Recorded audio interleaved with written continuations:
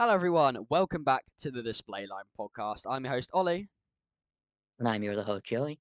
and today we're going to be taking you through all the aviation news, events, photography this week, and all of the stuff around that. So, we're starting off with the Iran war, which Joey will start to take you through. Yeah, so it's been a bit more of an interesting week this week. I know there was some uh, footage last week of some events that we couldn't confirm. Those are still not confirmed yet, so we'll keep you updated on that.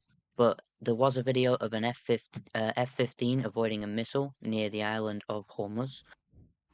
This video was claimed to be proof of an F-15 being shot down, but upon watching the video, it's very clearly just a video of the F-15 flaring to avoid a missile, as opposed to one getting hit, which is the common avoidance technique for heat-seeking missiles. You flare, deploy some. What's a flare made of? It's usually made of hot metal, so things like aluminum. Basically, it can be any metal that burns hotter than like the jet engine from the back on afterburner, or even just dry engine power. So literally, it can be any metal that just burns hotter than the aircraft's engine itself. Yeah, in that way, the missile will go towards the flares instead of the engine, which is sort of your most important bit of a plane, really. You can't fly without it. There was also an F-18 that had a very close call with an Iranian missile. This video was claimed to also show the shooting down of an F-18, but upon watching the video ourselves, we can see that it did actually miss the aircraft, and America has not done any official announcement or official sources. None have confirmed a damaged F-18, so it seems it got away pretty lucky on this one. That is pretty much it with the Iran war updates. There hasn't been too much, but what we do have is quite interesting, in my opinion. This is sort of the first time we've seen the F-35, like we mentioned in the last one, the F-18 and the F-15 all operating within the same airspace, doing the same missions and operations, and encountering the same anti-air defenses. I just want to point out that flares is not the only countermeasures that they carry. There's also something called chaff, which basically just reflects the radar signature, and it does it's not 100% effective, but it's something that you use just in case and sort of as sort of a security measure, like the flares. So flares are a lot more effective, as the heat-seeking missile will just go for whatever's the hottest.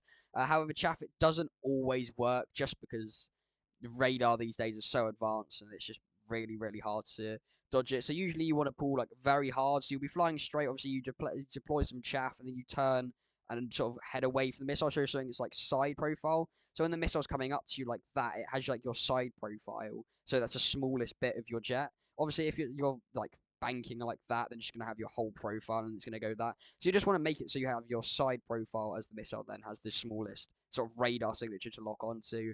And this is particularly effective with things like the F-35 and the F-22, which are both stealth aircraft, which is why these videos are surfacing of the F-35 being shot at with infrared missiles rather than radar missiles. And there are quite a few Iranian claims going around that the F-35 is just a terrible aircraft. However, and you know, they can see it on radar, but these are just infrared cameras. They are infrared cameras rather than radar. Yeah, of course, this isn't the only war happening. We try to stay clear of wars, but I don't think we've talked about the Ukraine war yet on the podcast. But there hasn't been a whole lot of news that we could cover, especially regarding aviation. But this week we do have some pretty, in my opinion, interesting aviation news. That Russia's Leningrad Oblast was bombed with FABs dropped from A-22 light aircraft, which is the first attack of its type since World War II. Yeah, and it's really crazy to think. So we'll put a picture up on the screen of this aircraft so you can see what we're talking about. It's a very small propellered aircraft, and it's something that you really wouldn't expect to see going into Russia, especially with bombs attached to the bottom of it as a light aircraft. Light aircraft are literally just meant mainly for pleasure, and it genuinely really fascinates me to see all these creative things going on in Ukraine and Russia. Of course, we've had the FPV drones that got introduced, so there had to be mass netting put up across Ukraine and Russia, and loads of things on tanks as well. That's probably the main source of war in Warcraft. In this is FPV drones. It's basically tiny, like 100 quid drones at max with like sort of bombs and fuses on the bottom of them, that just fly into things like tanks and armored vehicles and stuff like that. It's generally really fascinating to see how war it doesn't really advance, but because there's still trench warfare going on in Ukraine, but it's cool to see the clever ideas that both sides come up with. Whether you support Ukraine or Russia really doesn't matter here, because obviously we don't get political. But it's just so interesting to see each side's ideas come to life in this sort of aspect. If you know what I'm really saying. Yeah, I've been keeping up with this war since it began, really. I remember I was on a call with my cousin when it started, and we just immediately got looking at seeing all the stuff going on and seeing it advance as much as it has. I mean, you've seen in the Middle East, America has actually asked Ukraine for some of its soldiers to help take down Iranian drones because Ukraine has been the front, like in the front lines, working on taking down these drones for the last 4 years. They've really advanced quite heavily in taking them down efficiently and effectively. Yeah, they're literally asking to buy FPV drones off of Ukraine to take down the Iranian drones because obviously they're using £1 million missiles to take down a 500 quid drone that there's thousands of. So these FPV drones, they literally just fly into the drone and it's gone. It's such an easy thing to do as well, rather than wasting 100 million pounds in fuel and missiles and all of that just to take down 10 drones or something like that. Let's say. So yeah, it's really cool that now Ukraine is sort of in the spotlight of helping other countries rather than it being helped by the US. It's sort of like a trade. So they've said that they will give loads of FPV drones and all this to the US and sort of backing from the US. So if the US helps Ukraine even more, then the Ukraine's happy to help US in the war with Iran. And that is all the news we really have for you on the Iran and Ukraine war updates. Uh, we've said this so many times that it's just so undisclosed that we just can't really speak about much of it. But not enough that we were hoping to, really. We really want to make this part really 30, well, not 30 minutes, sorry. We want to make the news segment 30 minutes, but the Iran and Ukraine bit maybe 10, 15 minutes, maybe half of the time that we have for the news. But yeah, it's just so heavily contained within both sides that there's just not too much to talk about. But Joey has got something that he would like to talk about. Yeah, so sort of on the topic of drones, really, but this time moving over to the UK. The UK has joined the US in using the squawk code 7400 for drones that lose communication. Now, this code is not yet globally adopted by ICAO, which is sort of who runs the squawk system, who sets up what each squawk code means. 7400 is not recognized by them as everyone should know it. But since drone warfare is becoming more and more common, the UK has now joined the US in using this code. Yeah, so drones are actually becoming a lot more common in the UK. We have actually been sort of moving into that. We've been ordering quite a few new drones. I'm sure we'll put up a picture on the screen of some of the UK drones. There's quite a lot of them based at RF Waddington, which actually me and Joe will know quite a lot about, as we obviously the Red Arrows are based there. Which me and Joe are very fond of. We love the Red Arrows. And it's just so cool to see them landing and taking off there. It's not something that you'd really usually see there. You usually see like rivet joints and the Red Arrows and stuff like that. And when a flipping drone comes in out of absolutely nowhere, it's probably one of the coolest things that you could ever see. Yeah, I've not seen a drone in person before, but I would love to see and get some cool pictures of some drones. Yeah, so would I. It'd honestly be such a cool thing to see. And there's so many planes that me and Joey will be able to see when we go on our tour in a few years' time. So we'll all be going to loads of air shows.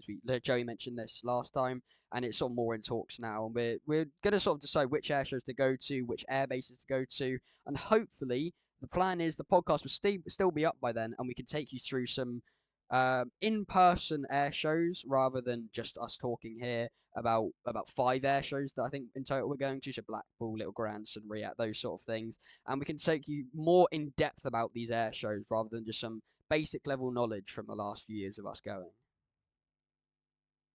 So the next part of the news, another thing on the up, is that South Korea has now fully unveiled its new KF-21 4.5 semi-stealth fighter jet. So a 4.5 gen is things like the Typhoon and the Rafale.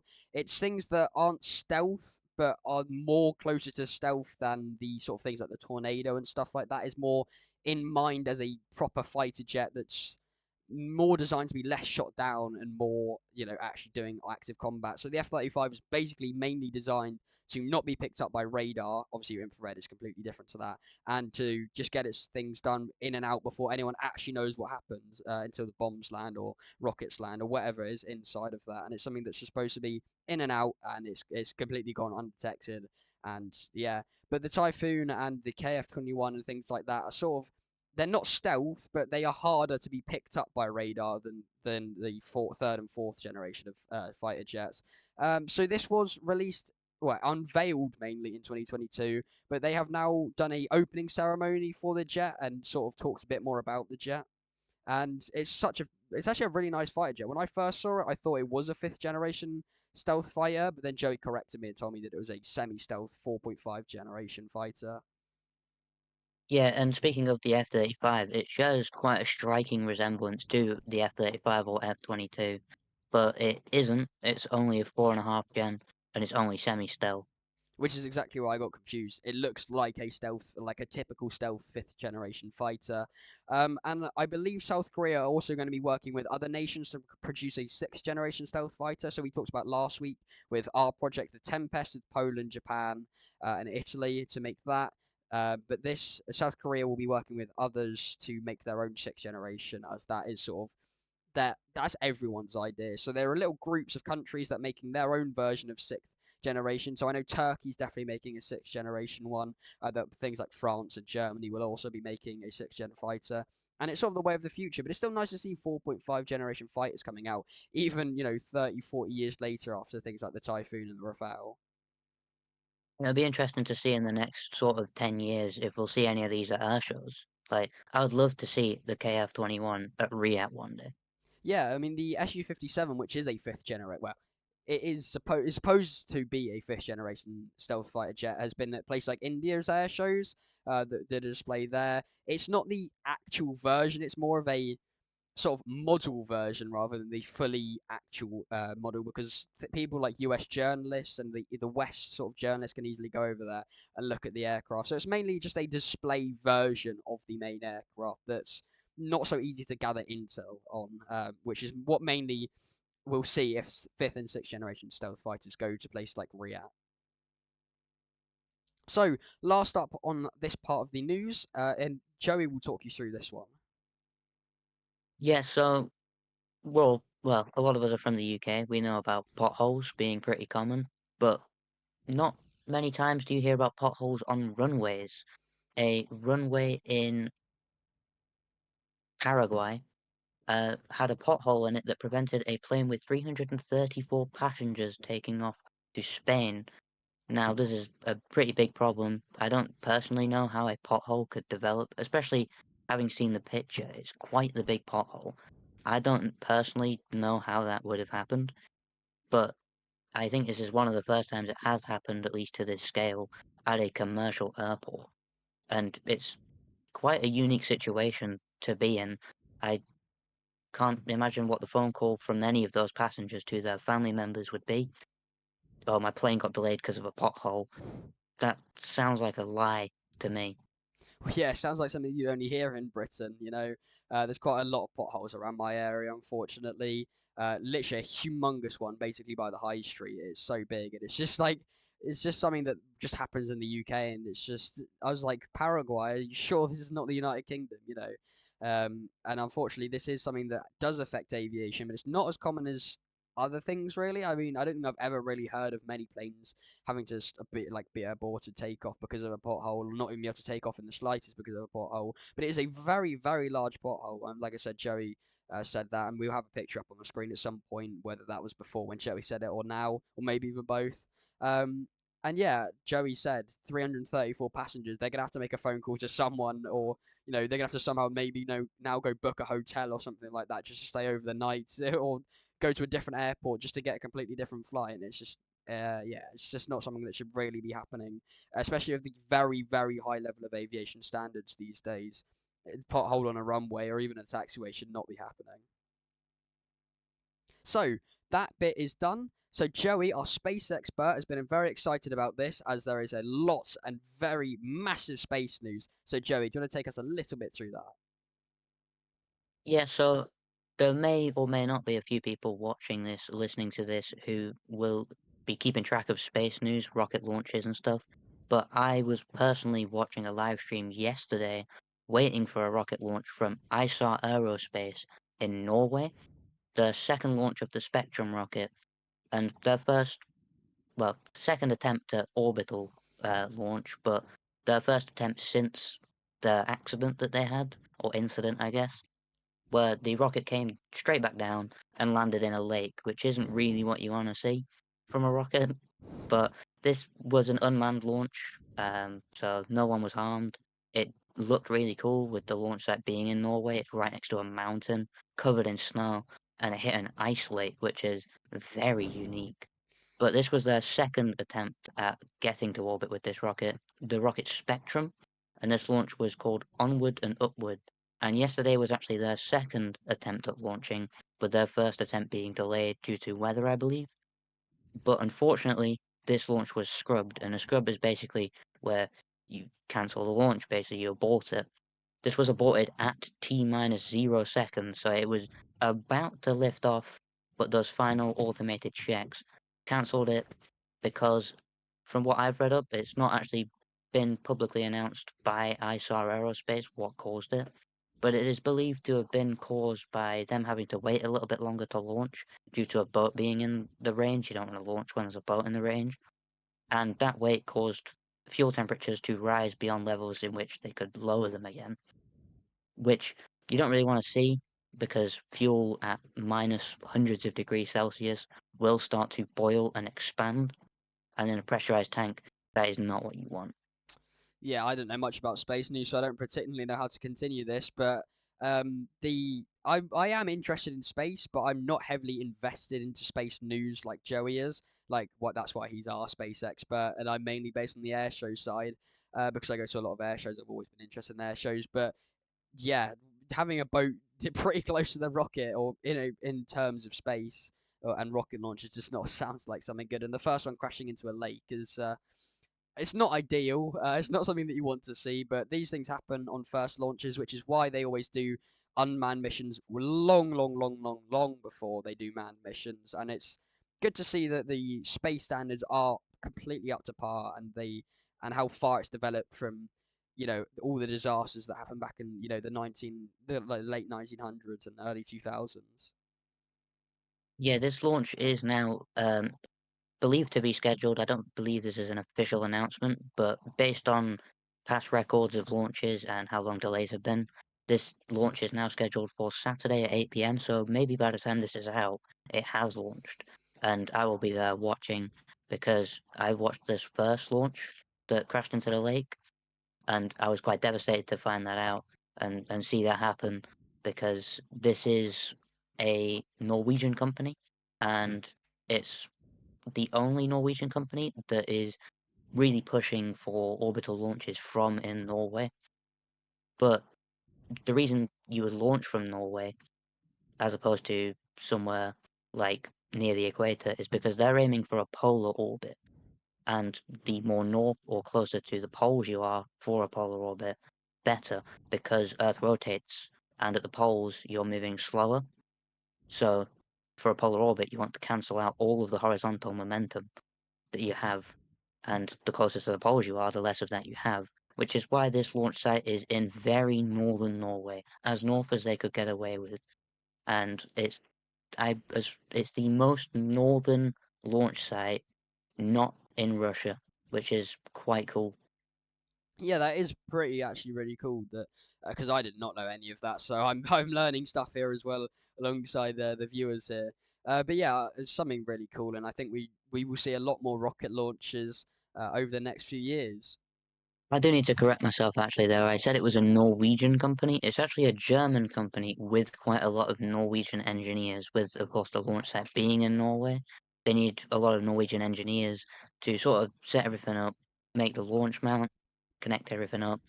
But it is named, actually Isar is the name of a river running through Munich in Germany. So it is a German company. Yeah, but we're going to quickly move on to something that I want to discuss a bit more about space. So we're going to get onto meteors in a bit more detail about the sightings that have happened in the last week or so, a bit more than like last week because there's been a lot of sightings since then. But I just want to quickly add on to what I was saying last week about the time me and Joey went meteor watching. So it was the first day, or well, the first time me and Joe have ever met up. This was last August with Blackpool Airshow. So we met up the night before because he said he was going meteor watching. I said, "Well, if you're going past where I'm staying, then can I come with you?" And he said, "Let me go ask my parents." And obviously his parents said yes.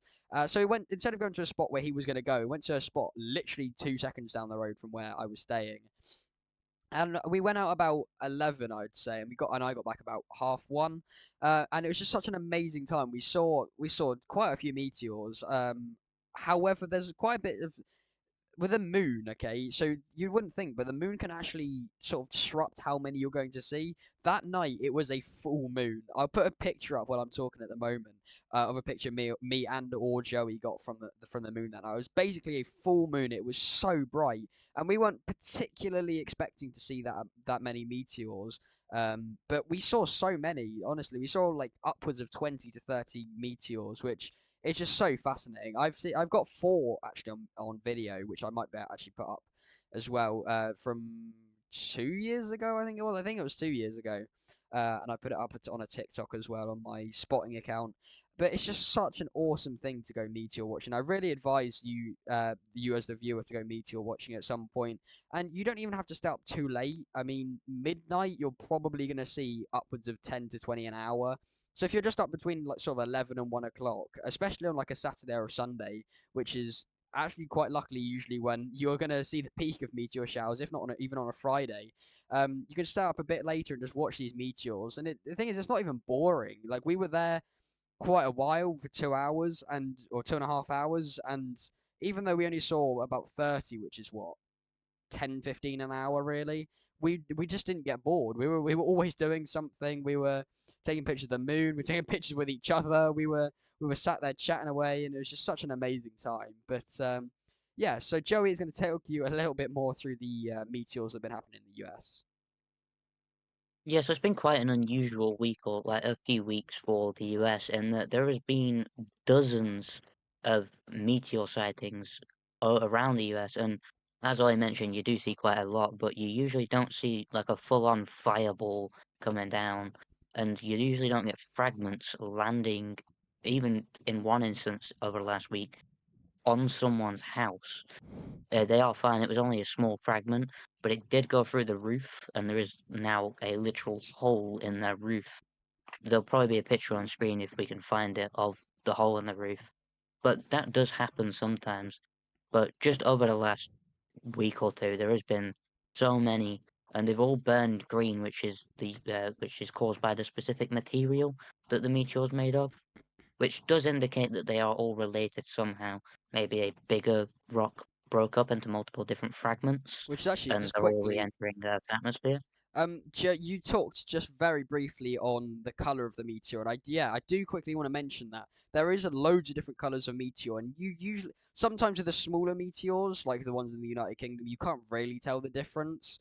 But usually with bigger meteors, like the ones that have been happening in the US at the moment, you can actually see different colors. So you have things like green meteors and blue meteors and purple, and when they burn up, there's loads of videos. I'm sure you can find a video of like massive meteors going over people, and luckily having them recorded. They're all different colors, and it's really cool to see that you can literally tell what a meteor is made of just by it burning up in our atmosphere. So I just really kind of quickly wanted to sort of speak about that just while I had it in my brain.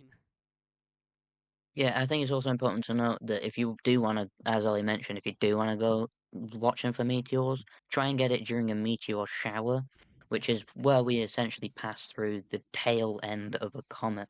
Because as a comet is going past the sun, it does shatter into many different fragments, and if Earth's orbit goes through that path, you'll get quite a lot of meteors, and that's what we watched. That's how we got those 30 meteors that we saw. But there are some meteor showers that get up to like 100 per hour, or some of them are pretty low. Sometimes you can only get a few per hour. If you go not during a meteor shower, you might only get even one per hour. but you will still see something if you look for long enough. And it is quite a cool experience anyway, because as your eyes adjust, you'll start to see more stars, more constellations. It is something that I would highly recommend to do at least once. Now, just quickly before Joey discusses a bit more about this, I just want to speak a little bit about the story that another story that I had when I was like 6 years old. It was Christmas, Christmas Eve, actually, to be specific. And my family was doing our usual traditional walk that we do, just to have a look at the Christmas lights, stuff like that. And I remember I was walking back, literally just about to turn into my road, and I see. So, yeah, a bright flash of light in front of me. Everyone else was talking behind me. I was out in front, and no one else saw it. And honestly, it was just such a coolest thing. It literally streaked across like half the sky, really, really fast, upwards of 35,000 miles per hour, as Joey has told me how fast meteors travel.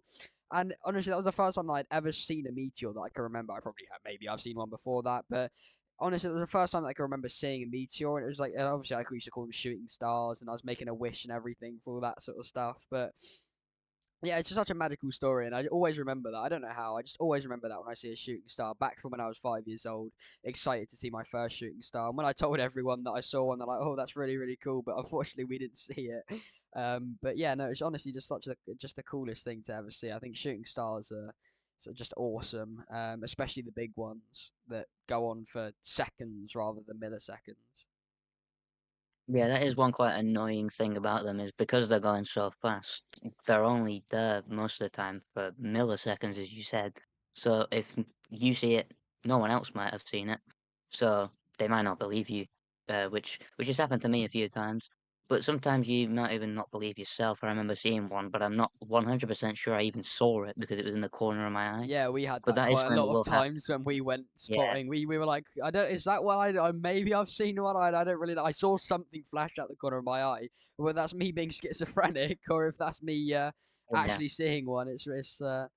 Yeah, it's a strange experience going meteor watching, especially when you're very tired at 1 o'clock in the morning and doing all this other stuff like space photography, which I know you were doing, Joey, and we'll find some pictures and put them up now because I forgot to put them on last week, which is actually great that we get to speak a bit more this week. It's just yeah, it's such an unreal experience.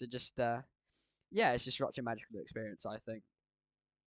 Yeah, it's quite difficult to capture a picture of meteors as well. You have to do long exposures, which is where you take the picture for multiple seconds, just on the off chance that if something flies in front of it, you will capture it. And that's luckily what I got on a Yeah. 30-second exposure. I got one and a satellite in the same picture. Yeah, and we'll probably point out, we'll put an arrow to what the satellite is and what the meteor is, because it's very hard to tell. They are this meteor was tiny and it was gone within milliseconds. Whether it was the Yeah, satellite went across was going across the frame the whole time, the meteor just popped up last second. And it's yeah, just we so both cool. thought it was two. We thought it was two meteors at Yeah, first. but then we realized that one of them was a satellite, and we saw so many satellites. We probably saw upwards of 50 to 60 satellites going around the Earth because I counted all of them at the time. Every time I saw a satellite, I was like, "Oh, there's a satellite! Oh, there's a satellite!" And I obviously had to point to Joey, which where all the satellites were, because he was interested as well. And most of them are probably Starlink when you had like 20 coming across at the same time,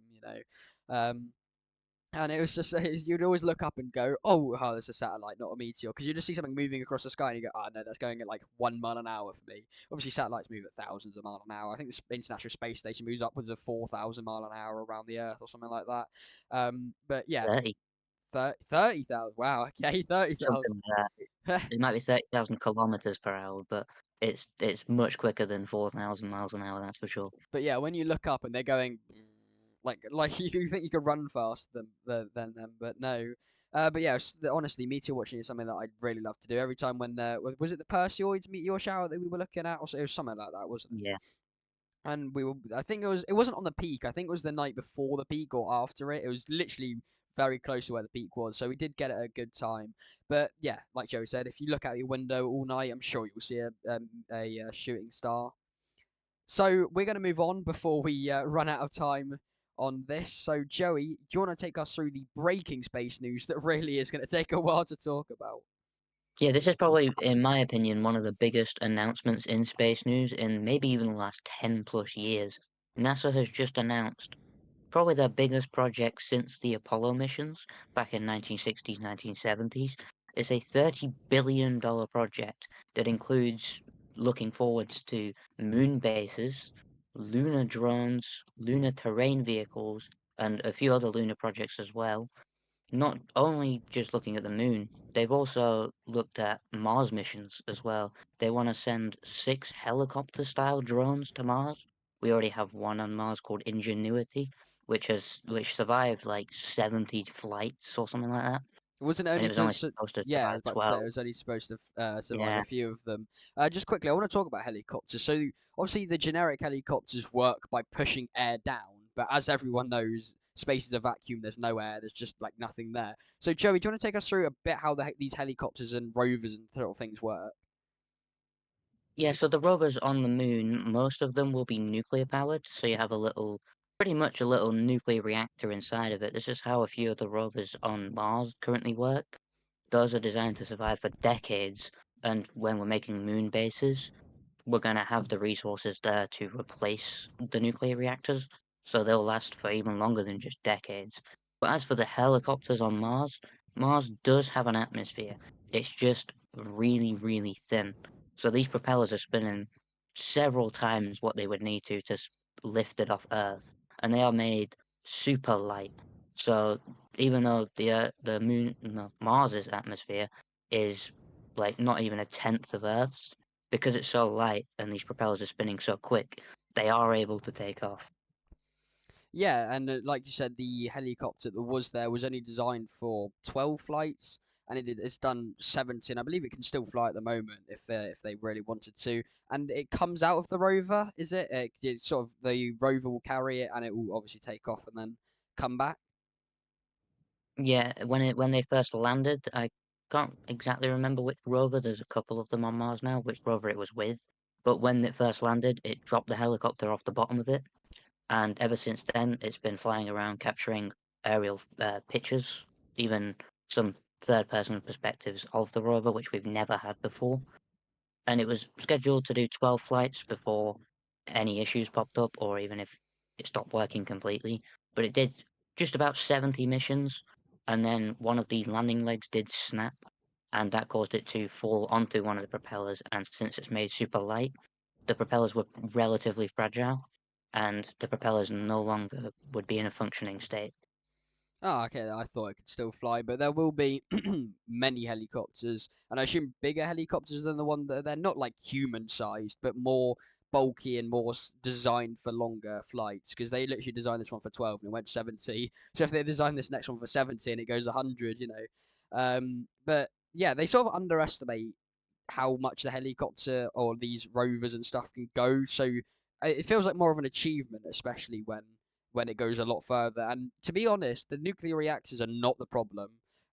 It's the sort of surface of Mars. It's very bumpy, very rocky, and these first sort of rovers definitely were not designed with that sort of fully in mind because obviously the wheels and that they are sort of what do you call them? Sort of like tank like, if you know what I mean, sort of like that and going Yeah, they've across got all the the wheels. treads. That yeah, and when they break not easily, but obviously when you're going over rocks hundreds and millions of times, they do get a bit worn down. But I'm sure in the future, when we go there with more advanced technology, that it will be so much better. Especially when we can first get humans on Mars in whenever that'll be. I think that NASA are actually planning, or some sort of space organization are planning to put a woman on Mars for the rest of her life or something like that. I'm not. Don't say that. I don't know if it's true or not. I've just that's what I've heard from quite a few different different different places. But yeah, I think Mars is definitely one of the biggest goals that NASA has. Yeah, the project to get the helicopters on Mars is Project Skyfall, and it is scheduled to get multiple helicopters on Mars at the same time. Now, Ingenuity was just one helicopter and did 70 flights. Now they have data from those 70 flights. They know what to improve, they know how to make it better, and they're sending multiple at the same time. So we could see hundreds of flights on each individual helicopter exploring the surface of Mars better than we ever have before. And I think it's just such an exciting time to be alive to watch all this go down. We're looking at getting humans to another planet for the first time, which is an even bigger step than the Apollo missions, which was just on the moon. And Mars is hundreds of times further away than the moon, way more difficult to get to. Such a big leap in technology. I can't wait personally.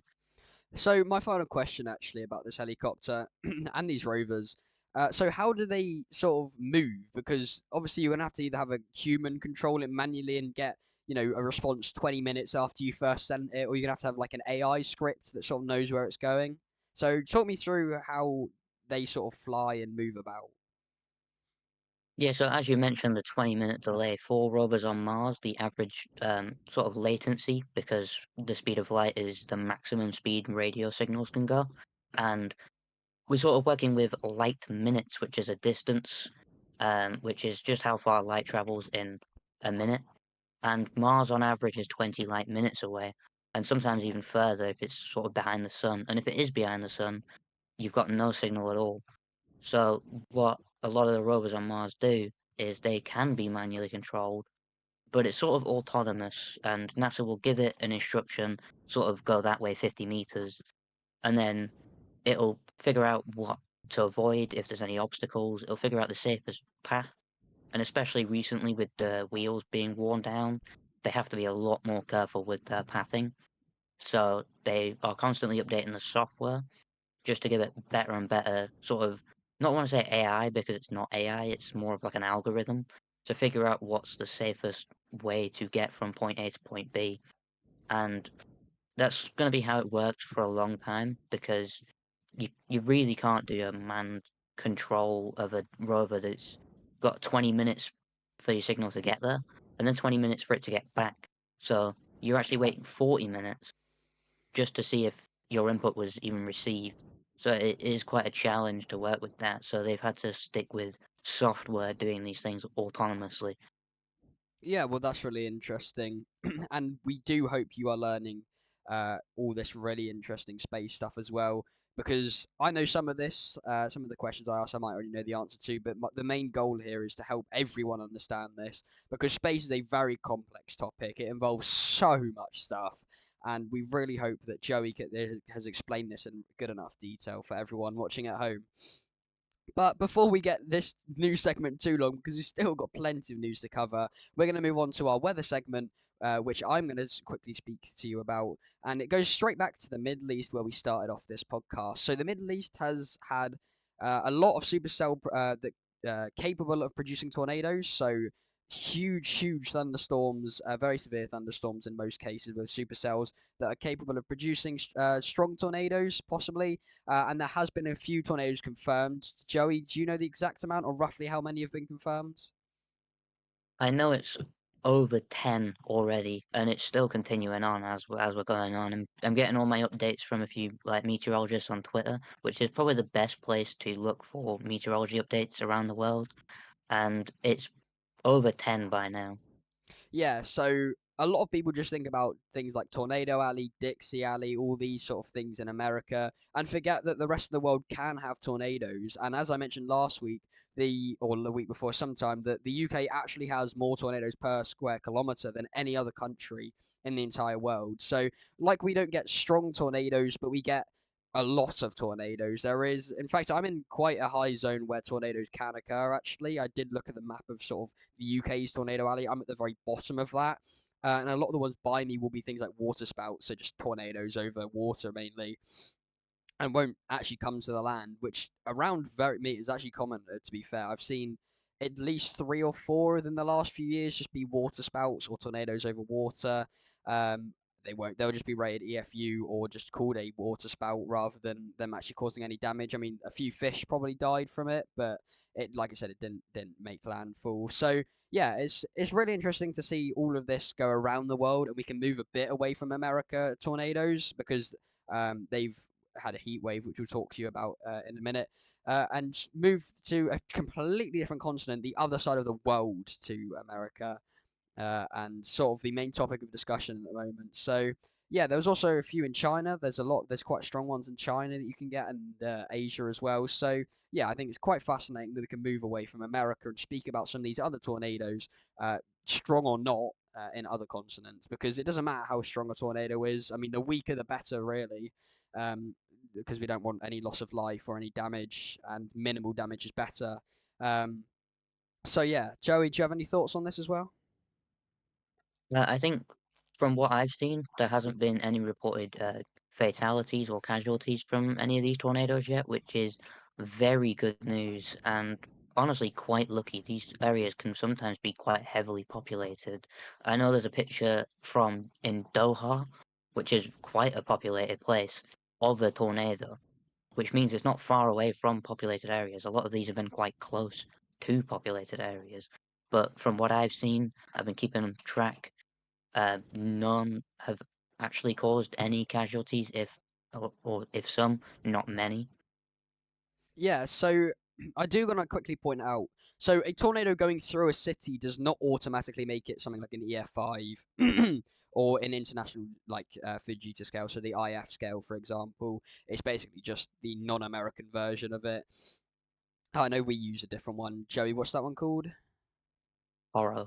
That we use that instead of the Fujita, yeah, enhanced Fujita scale. But just because it hits a city does not make it strong. It just means that it is possible of causing more damage than if it's being in a rural area. So you have things like EF zeros, EF ones that go through towns and do, I don't know, rip your roof off or something of your bungalow or something. It doesn't do much. But then you have EF5 strength tornadoes that just go through fields or open land or you know farms or something like that, and you can't really yeah, it just doesn't do that much damage. So it is important to note that just because a tornado goes through a city, it doesn't make it strong. There's loads of different types of tornadoes. There's literally upwards of 30-40 different types of tornadoes, and all of them are completely different in strength, width, shape, size, that sort of stuff. There's a loads of different variables that and also making tornadoes. There is a lot of different variables that go into making a strong, weak tornado. So, as we go back to America, though, talking of America, they have had a heat wave that have broken records, such as the US hottest temperature in March, recorded at 112 degrees Fahrenheit or 44.5 degrees Celsius. So, that is very, very hot, and it's only March. Now, I know America does border the equator, like, or sort of, it's closer to the equator than we are. So obviously, we're getting, I think, 15 degrees was sort of the maximum that we saw last week or earlier this week, whenever you're watching this podcast, or even years ago if you're coming back to watch this again in the future. So it's sort of shows how climate change is working, and climate change is natural. That is one thing to point out. Climate change is completely natural. That's how things like the ice age have worked. That is climate change. But the thing that's making the like scientists worried is how we are speeding up as a species. So things like carbon emissions and sort of stuff. So climate change is natural. That's always going to happen. We're always going to have hot periods and cold periods. It's just that we are speeding it up quite dramatically and alarmingly quickly compared to what it's supposed to be. Yeah, since scientists have no historical data to go on of what happens if a species speeds it up, it has got them quite worried as to what will happen. They're hoping that over time it does slow down, but they have nothing to go off of to make a conclusion about that. They have no idea if it's going to stop heating up because all of those carbon emissions are basically just trapping all the heat on Earth, and it's causing quite a lot of issues. Yeah, now humans can survive of like these 40, 50 degrees. I mean, places are at the equator, so places like Africa and sort of Brazil and all that, they are very, very, very hot places. And there will always be things that can survive, especially things like fish at the bottom of the ocean, like crabs and all that. And I think it's the cockroach that survived all the way since the dinosaurs. So that's been through absolutely everything: Ice Age, meteors, absolutely a lot. So there will always be stuff that survives, and humans will adapt very slowly over time, and there will probably be a lot of deaths if this does keep heating up. Like again, no one has any idea what's going to happen. It could literally suddenly drop, and we go into another ice age. It could do something like that. We have absolutely no data. Um, so it's really interesting to see, but yeah, there will always be something that survives, and whether that's humans or not, I mean, humans will have a lifespan. Whether that's we live till the sun expands, not explodes, so it'll just expand, and then just engulf Earth, or we only go for another 10,000 years. It's just so there will always be something that will move on, and life will always adapt on Earth, unless something very catastrophic happens, like the moon hits us or something like that, which is impossible. But or a big enough meteor that gets launched at us. But even then, things like cockroaches, I'm sure that will live it somehow, buried deep in its hole. Um, but yeah, I mean, we have adapted to the Earth has not adapted to us. That's why species exist, because we adapted to the climate rather than the climate adapting to us, which is why now we're speeding up this climate change. We need to now adapt to this new climate that we didn't adapt to originally. Yeah, and I think it's also important to note a lot of people deny climate change even existing. It's a natural process, but not only that, you can see it. There is data to back this up, and one of my personal favorites is there's this graph that shows the average temperature in like a circle for some reason, and each year the spiral goes up and it looks like a tornado because it's getting wider at the top. The temperature is increasing. It's quite a unique graph. You don't really see many like that, but it is something to keep an eye on, and it's quite an interesting thing to keep track of. Yeah, so currently it's a big issue, but it's not something I would be concerned about at the moment. It's not something that I think about on a daily basis, and I think it's safe to say that while it's definitely going to get worse before it gets better, but there's a lot of these climate talks, so the ones that happen in like Scotland and stuff. A lot of countries are now, they're not cutting down on their fuels, but they're making more stuff electric and hydrogen powered. That's also another one. Things like JCB, they are making their like diggers and cranes and all that sort of stuff more hydrogen powered, or they're testing it out. So it's safe to say that there is action being taken against it, and it's not irreversible at the moment. There will probably be a point where it could become irreversible, but again, that's not for another 10, maybe 15 years, which is why scientists, they're worried, but they know it's not world ending as of now. There is definitely stuff that we can do to prevent it from going too bad at the moment. So it's safe to say that as long as these green talks and stuff keep going on, I think that we can come to a solution and definitely cut down a lot of emissions that we are producing at the moment. There is stuff like racing that's trying to get. I love Formula One and stuff. I don't like these regulations, but that's a completely different topic. But they're becoming more electric powered rather than gas powered, and like fuel and all that sort of stuff. So they're like 50% now electric, 50% actual fuel. So there's a lot of action being taken against climate change, and I'm personally not worried. And I don't think you should really be until another at least 5, 10 years in the future.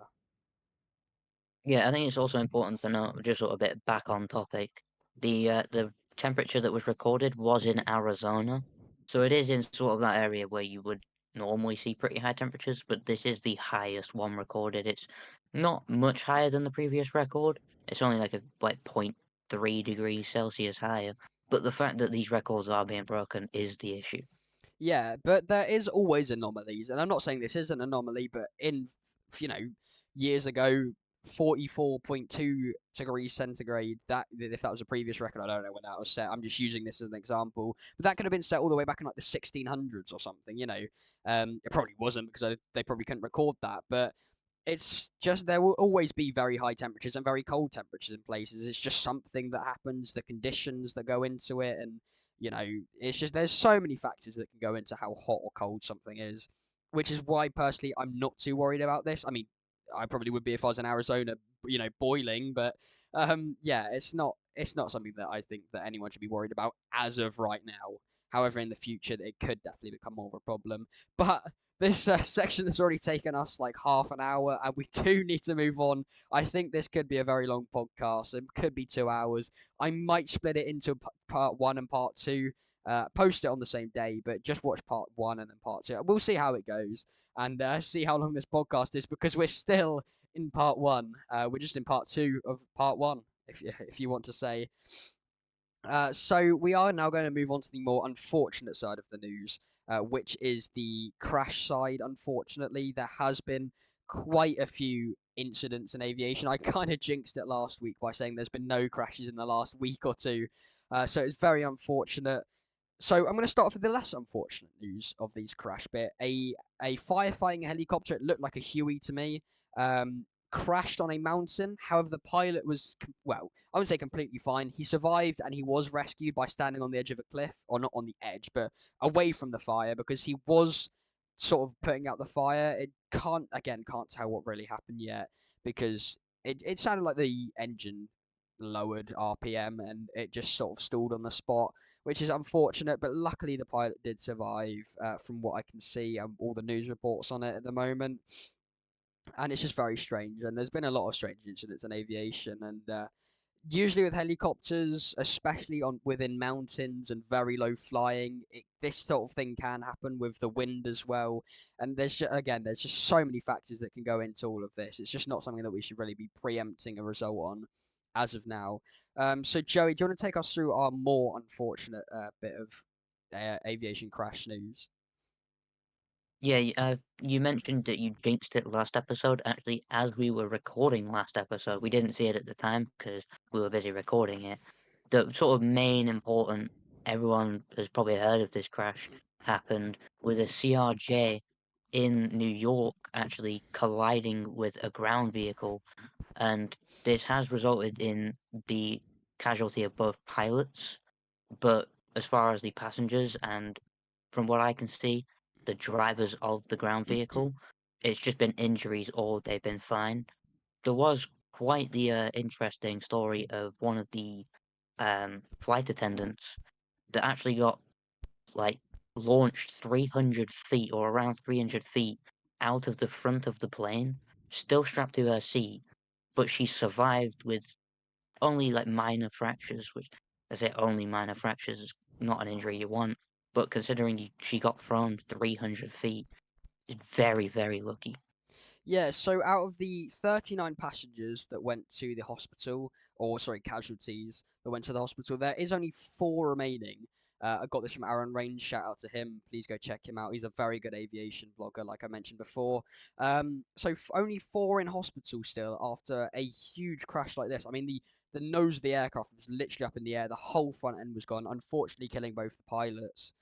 Um, and this lack of injuries, really. I said to Joey before we started recording this, do you know if the people in the ground crew vehicle had survived? Because it went rolling down the runway, and he said, yeah, it looks like it's completely fine, and they've just got injuries and they are in the hospital. I don't know who's been released from hospital and who's still in it. But yeah, it's lucky in a way that minimal casualties have been recorded and only two people died. Now, it is very sad and very unfortunate that these people have died, but the less deaths, the better.